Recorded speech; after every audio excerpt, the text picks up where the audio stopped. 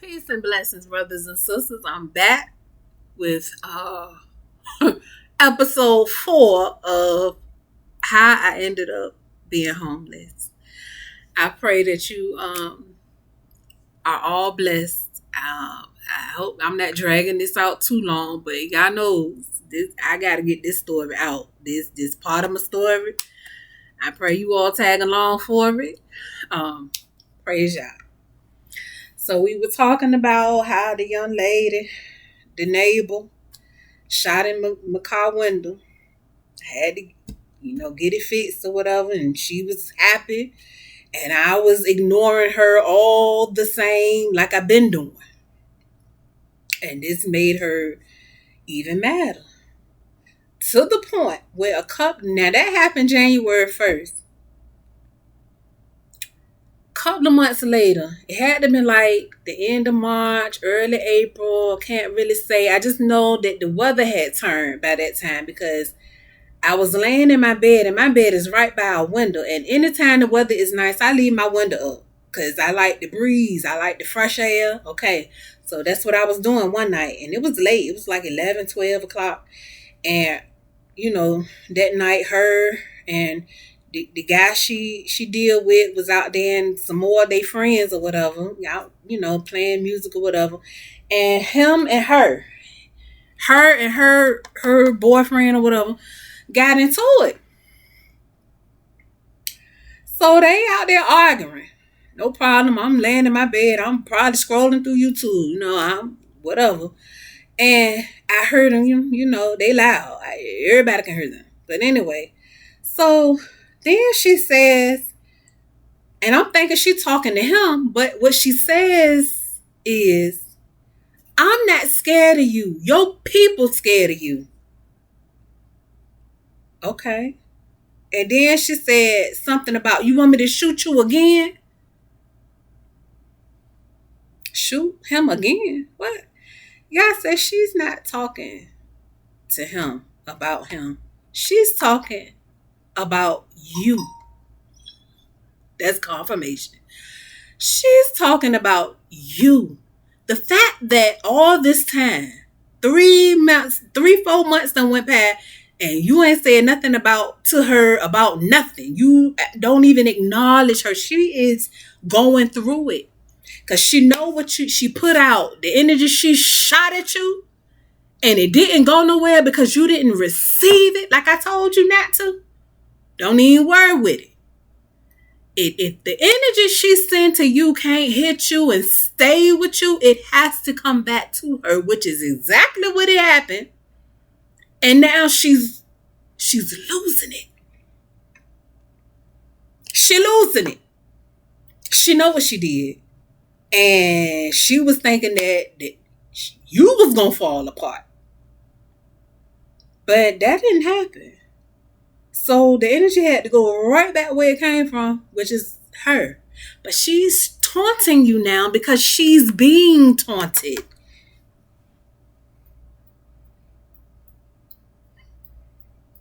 Yeah. That's how that go. She talking about, you want me to shoot you again? Like, did you ever shoot your boyfriend? Of course not. But she did shoot my car. And I don't know if she knew I don't know. I don't know that part, like how she knew I was even listening. But she was just going through it. And that was just revelation to me that she's going through it. This is why y'all told me not to say nothing, do nothing here. Ignore it. Don't give no energy to it. None of your energy. Matter of fact, the day that I found out that it was a bullet hole in my windshield, y'all say cut your music on and cut it up loud like you always do. Cut my music on, baby. I was in there dancing. You heard me?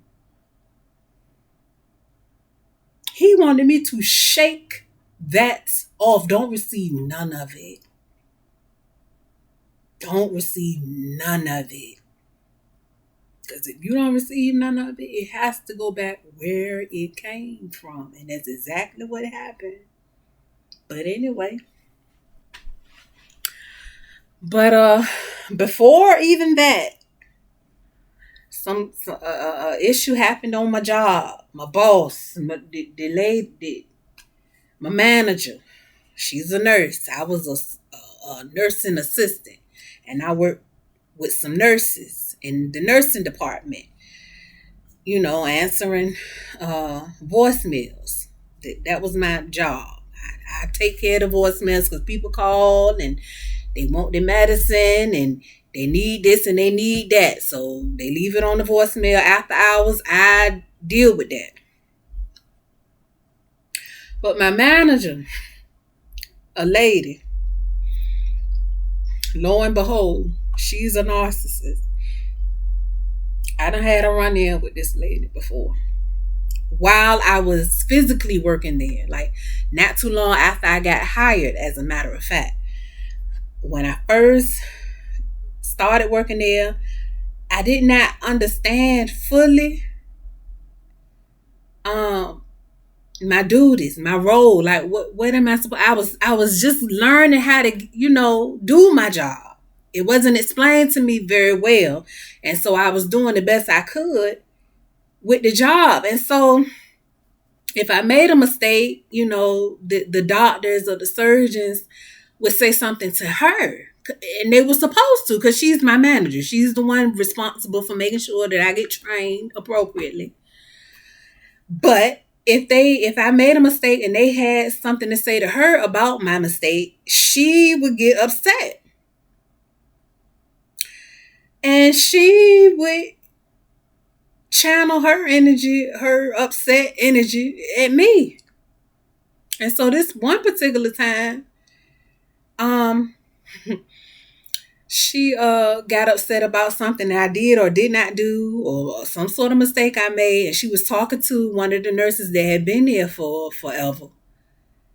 And after she said whatever she said to the nurse talking about me, she turned and looked at me and gave me the most gruesome face I think I have ever seen in my life. It was just gruesome. It didn't even look human. And she just sent that energy directly at me. Now, I wasn't looking directly at her. It was like a peripheral thing. Like I saw her out my peripheral vision. But it was a ugly look. That was a Friday. And me and y'all weren't as tight as we were. We weren't as tight. But I knew not to pay that no mind. Like, don't even feed into that. For one, I'm just new at this job. But that was just a testament to her character. That was a Friday. Monday, she was missing work because her daughter fell and broke, I think, her arm or something like that.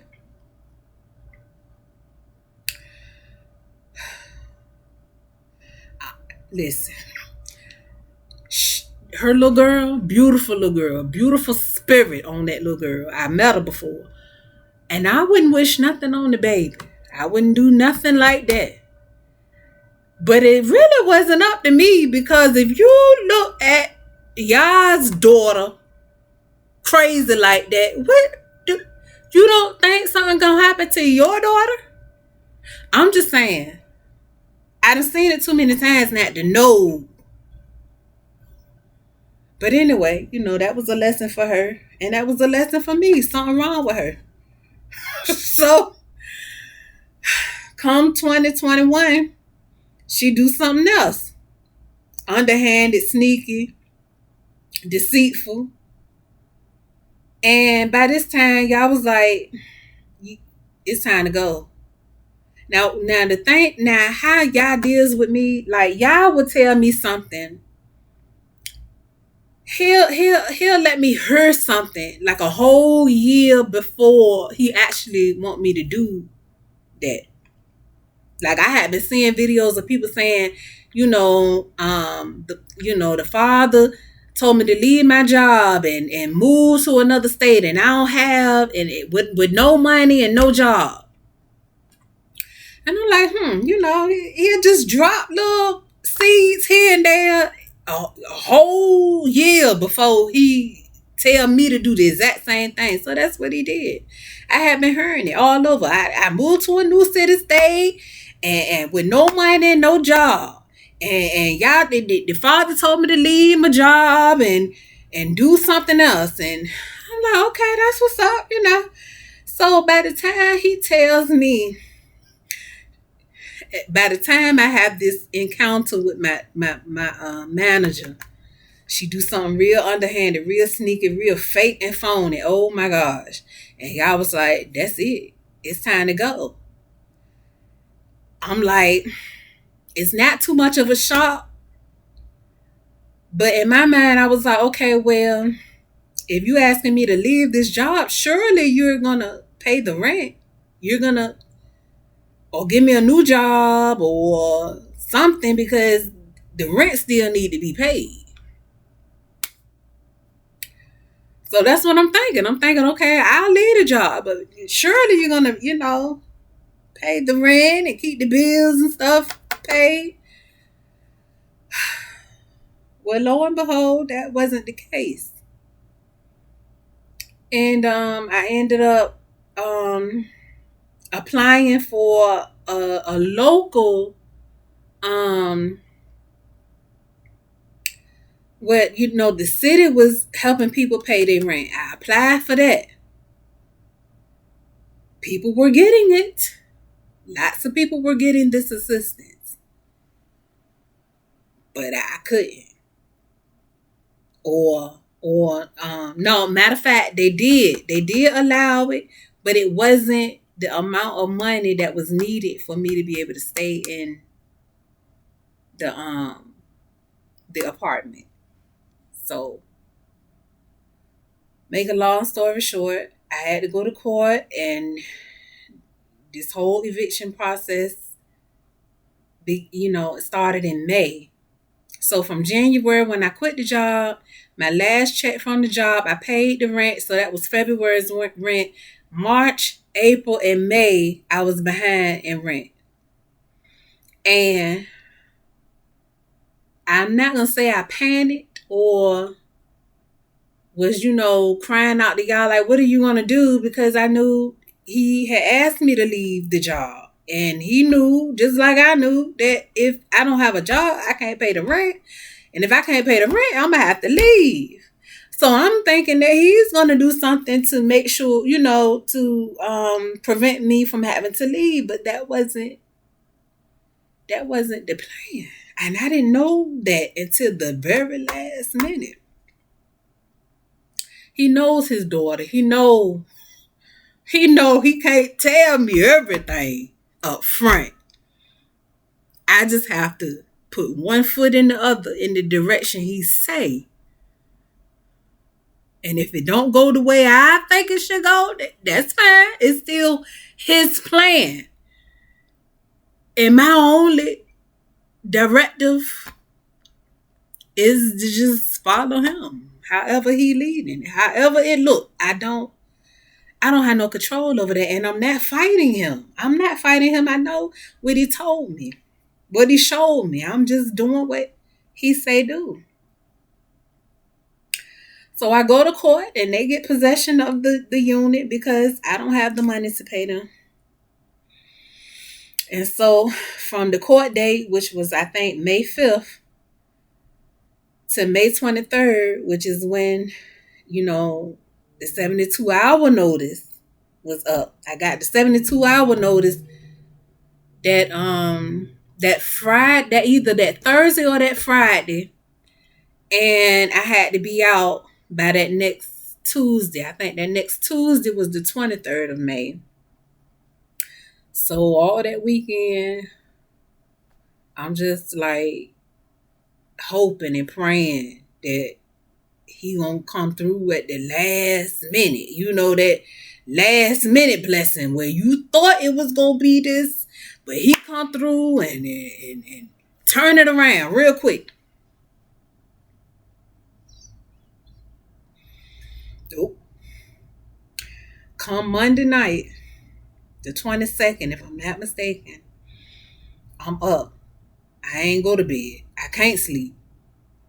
I'm washing clothes because I'm packing. Me and my daughter, we packing. We packing because she know the situation. The only one in my house that don't know the situation is my son. I did not tell my son until the very, very, very, very last minute, and there's a reason for that. And I think I'm gonna wait till the next video to discuss the issue with me and my son and why I didn't tell him until the last minute. So me and my daughter, we packing up the truck. We getting our clothes and the toiletries, because that's all I took. That's all we took is our clothes, and not even all our clothes. Our clothes, the toiletries, soap, deodorant, things of that nature, and some blankets. Because I don't know where I'm going. And as far as I know, I'm going to be in this car. And so May 23rd is the day I left. Last minute. Nobody else knew. I didn't tell nobody else. The only person that knew that I had to leave that apartment was the property manager and my daughter, because she was getting her stuff together too. And at the very last minute, I told my son, I said, look, we got to leave here. You can either come with us, or you could call your grandma and tell her that, ask her if you can go over there with her. And that's what he did. And me and my daughter left. We left about 4-5 o'clock in the morning. And I haven't seen anybody. I ain't seen my son since then. May 23rd, 2023. I haven't seen my son since that day. I haven't seen my oldest son since before that day. And none of my family that live, I ain't been back to the apartment complex. I ain't seen nobody in over a year, going on 14 months. I haven't seen anybody. Now my daughter was with me for 2 whole months, sleeping in the car. A couple of times I was able to get a hotel room because I had, some money. And I had some silver that I had bought in 2020 during the pandemic. I had bought all this silver. I had a silver bar. I had some silver quarters, and I had some silver the silver dollars, freshly minted. Not the quarters. The quarters was just old quarters that still had silver in them. But the bar and the silver dollars, I had like 20 of the dollars, and I had one silver bar, and I think I had like 25 of the silver quarters. So I ended up pawning the silver at some point because I was running out of money and got, probably not even what it was worth. I was just going with the highest bidder. I went to 3 different pawn shops, and the last one I went to was giving the most money away. So I took that and got us a hotel room for a couple of nights. But that's expensive. I didn't have it. And after a while, y'all was like, she can't continue with you. And it hurt me real bad that I had to drop her off. I dropped her off around the corner from my mama's house because I wasn't going back to the apartment complex. I was through. I ain't even told y'all all that happened yet. And I might not be able to. But I wasn't going back to the apartment complex. I had to drop her off from around the corner. And she didn't necessarily want to go. But I had to make her understand that you can't do this outside thing. Like, I can do this outside thing. I remember, at one point, we had to go to the public a public restroom to wash up. And my daughter like, oh no, because if anybody walked through that door while so she wasn't prepared to do stuff like that. Me, I don't care. I'm gonna get this hygiene together. I don't care who come through that door, as long as it ain't no man. If it's a female, I got the same thing she got. You see, and that actually did happen to me one time. Somebody came in while I was in there washing up. I was from the top up. I was naked. But she was cool about it, young girl. She was like, that's what's going on now. But anyway, so y'all was like, no, she can't continue with you. You got to drop her off. And I'm like, well, why would you want me to drop her off with the people that just take her, baby? Because you going to be out here. And I ain't know I was going to be out here a whole year. I thought it was just a few months. Nope. So I had to drop her off. But when I come back, I'm going to talk to y'all about what happened with me and my son. Peace and blessings.